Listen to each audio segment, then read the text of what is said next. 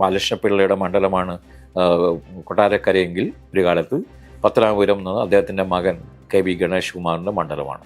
ഈ പത്തനാപുരത്ത് ആദ്യ കാലഘട്ടത്തിൽ പിന്നെ CPI ജയിച്ച ഒന്നാണ്. ബാലകൃഷ്ണപിള്ളിയും ആദ്യം ജയിച്ചത് പത്തനാപുരത്തു നിന്നാണ്. 1957 ശേഷമുള്ള തെരഞ്ഞെടുപ്പിൽ ബാലകൃഷ്ണപിള്ളി ആദ്യം ജയിച്ചു വരുന്നത് പത്തനാപുരത്തു നിന്നാണ്. അങ്ങനെ CPI സ്ഥാനാർത്ഥികളാണ് പത്തനാപുരത്ത് പൊതുവെ ജയിച്ചു വരാറുള്ളത്.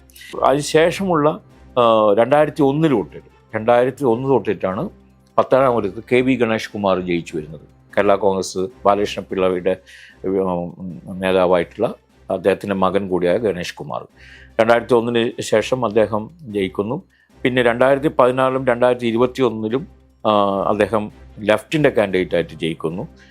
2021 14,000 വോട്ടിൻ്റെ ഭൂരിപക്ഷത്തെ ജയിക്കുന്നത്. കെ വി ഗണേഷ് കുമാറിനെ സംബന്ധിച്ചത് ഇതേപോലെയാണ്. ഒരു മണ്ഡലത്തിൽ കഴിഞ്ഞ കുറേ വർഷമായിട്ട് ജനപ്രതിനിധി ആയതുകൊണ്ട് ജനങ്ങളുടെ ഇടയിൽ ശക്തമായിട്ട് സ്വാധീനം ഉണ്ടാക്കാൻ കഴിഞ്ഞിട്ടുള്ള, നേരത്തെ തൊടുപുഴയെക്കുറിച്ച് പറഞ്ഞ പോലെ, പാലായിലെ മാണിയെക്കുറിച്ച് പറഞ്ഞ പോലെ, കൊട്ടാരക്കര ആർ ബാലകൃഷ്ണപിള്ള ആദ്യകാലത്തിലുള്ള പറഞ്ഞ പോലെ, പത്തനാപുരം ഇപ്പോഴും ഗണേഷ് കുമാറിൻ്റെ ഒരു വല്ലാത്ത സ്വാധീനത്തിലുള്ള ഒരു മണ്ഡലമായി മാറ്റിക്കൊണ്ടിരിക്കുകയാണ്.